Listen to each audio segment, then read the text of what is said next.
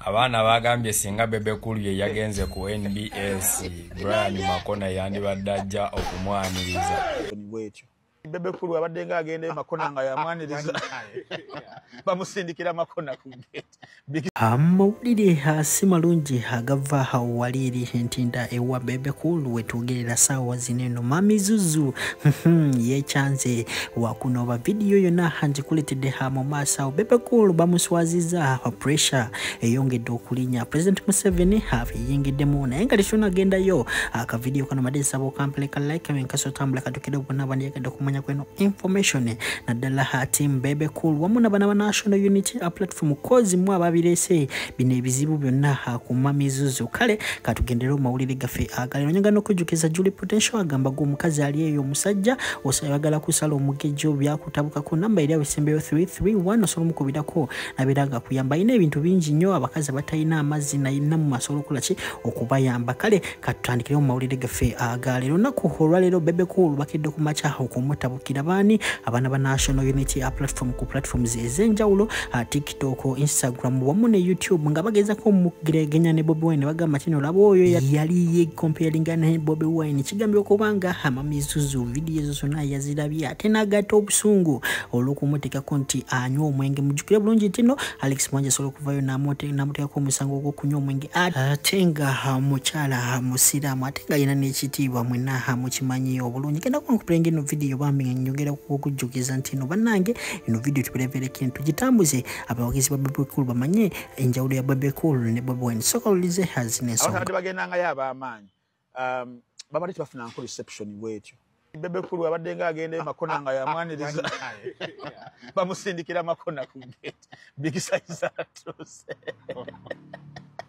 Makona geno munone gena musajja amwaze mu mukole yaka balamu abadde nga ajja nga basindika kana kasandula liyani gwabigula bigula wano ng'omukulu tavaayo omukulu n'okubeera omukulu alabira ku kamera so who is that one is that artist no he's a promoter now a turn minister yes ng'asigala ku mirimu gye ku laptop kwogera n'abanne bali Kenya bali luddawa nga tafaayo batu ku mulundi guno waliwo yaŋŋambyeko nti abadde amaze ebbanga lya myezi 9 nga ekinene nnyo kyamalawo ku NBS avaawo saawe mu kitundu nga zigendamu 2 nga amawulire gaweddeko ag'amasengejji nga tekiri serious kyalabako yes then n'agende waka because gyaliira ekyeggulo takirira mu hoteeri kyabeerawo kulinda lugambo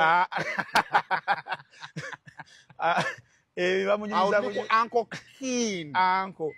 ng'alina okutuuka ewaka ali ekyeggulo ng'omusajja ali very cultured kuluno omukyala yakubye essimu mwami nga totuuka ekyeggulo n'agamba nninze bagenyi n'agamba n'abagenyi benninze ko omukyala ate ani oyo gw'olinze mukulu n'agamba ne waliwo omwana we Magere empologoma gye nninze so sigenda kuva wano ky'oba okola emmere giteeke mu gitere mu wooma nja kujja nze nja kwejjulira enkola kya magero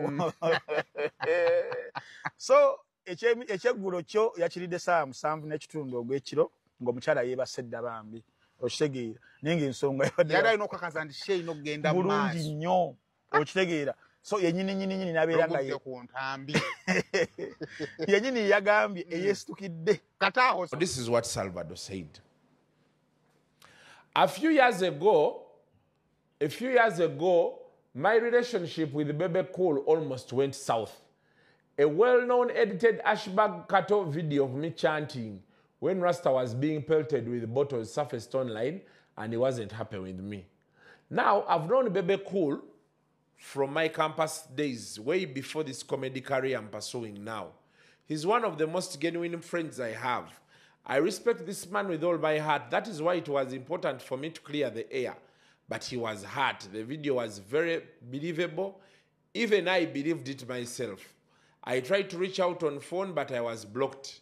I said to myself, come rain, come sunshine, I have to make amends. I literally organized the show at Just Comedy to publicly apologize to him, even when I knew damn well I hadn't done any wrong. My relationship with Bebe was bigger than my ego. And being the kind-hearted man he is, he accepted my apology. And years later, we are as close as never before. This man drove his car to my home to mourn with me when I lost my dad. He stayed almost the whole evening with my other brother, balam ateng. One thing I've learned in this business, the life we live will make you egoistic. This can either make or break you, but one thing I'll never do is disrespect the legends, Bobi Wine, Chameleone, and Bebe Cool. Because no matter who you are or what form of entertainment you do, these guys paved the way. The respect I have for this trio, when it comes to the entertainment industry I subscribe to, is unbreakable. May God keep blessing you, guy. Our Salvador not watch our post. So our wetuli. Nelo ya wabebe, neba abimubuzi zake byayogeddwa wali n'abaddamu bwanti. Assalamu alaikum wa rahmatullahi wa barakatuh. Amanya n'eddoboozi Haji Abudu omusomi w'edduwa. Nkola ku nsonga ez'enjawulo, emirimu nga gikutataganyeko, ebyenfuna byo nga bidobonkanye, ne oba oli bweru wa ggwanga emirimu gyakucankalanako. Jangu kusomere ku dduwa okuva edda nedda, edduwa zaabaawo, edduwa zisomibwa, omuntu n'oterezebwa mu mbeera yonna ebadde ekusibyeko akanyaaga. Nina ekyoto kye nsobola okukumira wadde oli bweru wa ggwanga nga toli kumpi wano n'ofuna omukisa ogwo naawe n'osomerwako ku dduwa nga nkuteddeko n'akabaani. Allah ajja kukusaasira, ajja kukwanukula. Kuba ku nnamba yange y'essimu 075 2 44 7 ne ku WhatsApp kwendi. Mpereza obubaka sobole okuyamba. Assalamu alaikum wa rahmatullahi wa barakatuh. Olunaku lwa jjo nina ke nalabye. Omusajja olwatudde ku ntebe bw'ati. Ne batandika babadde bategese ebibuuzo byabwe eby'ekisiru nga bye balina omubuuza. Bagenza olaba nga mu bibuuzo eby'ekisiru ate mwaderivalingira message obusagwa eri gavumenti ya Museveni. Amasanze ne gabagajjako. Ne babuuza netiwaaka. Interviewer n'akankana. Ate tuli. Kwado kankana ki? Myake na mubadde temumuyita. Kati mwake mettereddwa emmeme lwaki? Bu TV bwamwe bubadde tebukyafuna viewership. Musikasika ku masannyalaze. Mwayagadde mumufunemu. Nga mutegese ebibuuzo byammwe eby'ekisiru. Mubuuza bampuuga, simanyi kati leegera mpuuga. Kati ate empuuga. Kati ate empuuga. Kati ate empuuga. Omusajja n'akuzingazinga. N'akugayagaya ng'agaya keeke.